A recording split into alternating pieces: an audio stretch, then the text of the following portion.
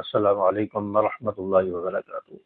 کیا رات 12 بجے کے بعد تہجد کی نماز پڑھنا یہ جائز ہے؟ قرآن پاک کی تلاوت کرنا یہ جائز ہے؟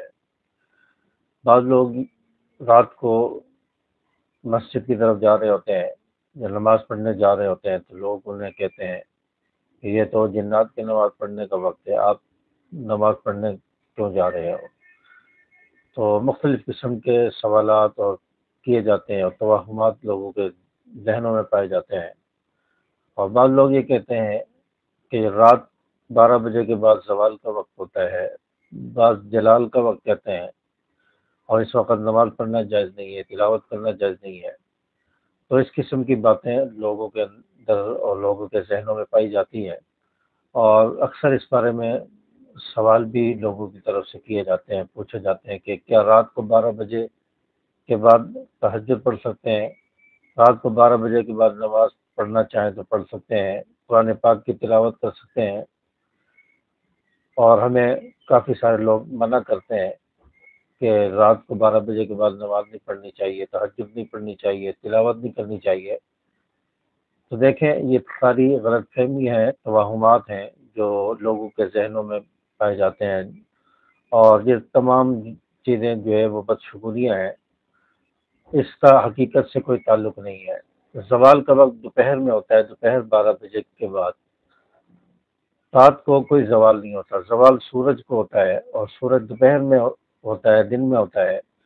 تو دوپہر میں جب ظہر کا وقت شروع ہونے والا ہوتا ہے، اس سے پہلے زوال ہوتا ہے، تو یہ 15-20 منٹ کا وقت ہوتا ہے۔ تو اس وقت نماز پڑھنا جائز نہیں ہے، کوئی نفل نماز پڑھنا جائز نہیں ہے۔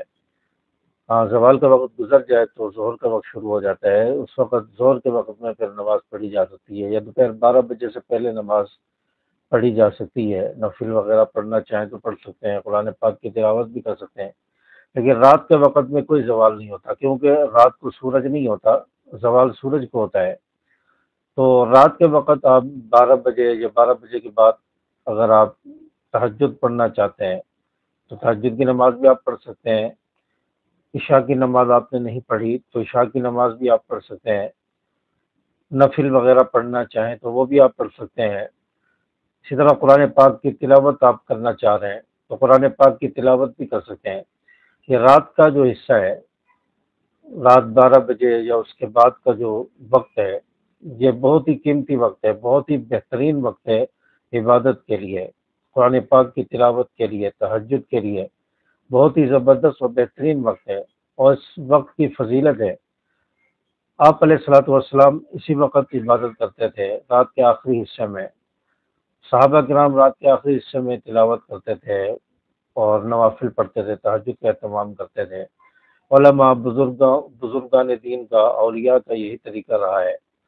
تو رات کا آخری وقت تہجد کے لیے یہ بہترین وقت ہے۔ 12 بجے کے بعد کا وقت یہ تلاوت کے لیے، تہجد پڑھنے کے لیے، نوافل پڑھنے کے لیے بہت ہی بہترین وقت ہے، اور دعاؤں کی قبولیت کا وقت ہے۔ تو اس وقت دعائیں بھی کرنی چاہیے، تلاوت بھی کر سکتے ہیں، تہجد بھی پڑھی جا سکتی ہے، نوافل بھی پڑھے جا سکتے ہیں، قرآن پاک کی تلاوت بھی کر سکتے ہیں۔ تو تمام عبادات اس وقت میں کر سکتے ہیں۔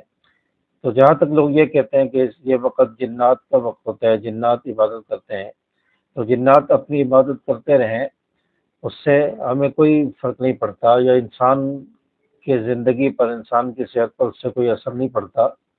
آپ جو اپنی عبادت کریں، جنات اپنی عبادت کرتے رہیں گے، اور جنات بھی آپ صلی اللہ علیہ وسلم کی شریعت کے تابع ہیں۔ جو ہماری شریعت ہے، انسانوں کی شریعت ہے، جنات کی شریعت بھی وہی ہے۔ جنات بھی اسی قرآن کو پڑھتے ہیں، یہی نماز پڑھتے ہیں، آپ صلی اللہ علیہ وسلم کی شریعت کو فالو کرتے ہیں۔ آپ صلی اللہ علیہ وسلم کو اللہ تعالیٰ نے انسانوں اور جنوں کے لیے نبی بنا کر بھیجا تھا۔ تو آپ صلی اللہ علیہ وسلم جہاں انسانوں کے نبی ہیں، وہاں جنات کے بھی ہے۔ تو جنات اگر عبادت کرتے ہیں تو وہ اپنی عبادت کرتے رہیں، آپ بھی مسجد میں جا کے عبادت کر سکتے ہیں، اس میں کوئی مذائقہ نہیں ہے، کوئی نقصان نہیں ہے۔ آپ جا کر مسجد میں عبادت کریں۔ 12 بجے کے بعد اگر مسجد کھلی ہے، مسجد میں جانا چاہتے ہیں تو آپ مسجد میں جا کر نماز پڑھ سکتے ہیں، نفل پڑھ سکتے ہیں، قرآن پاک کی تلاوت بھی کر سکتے ہیں۔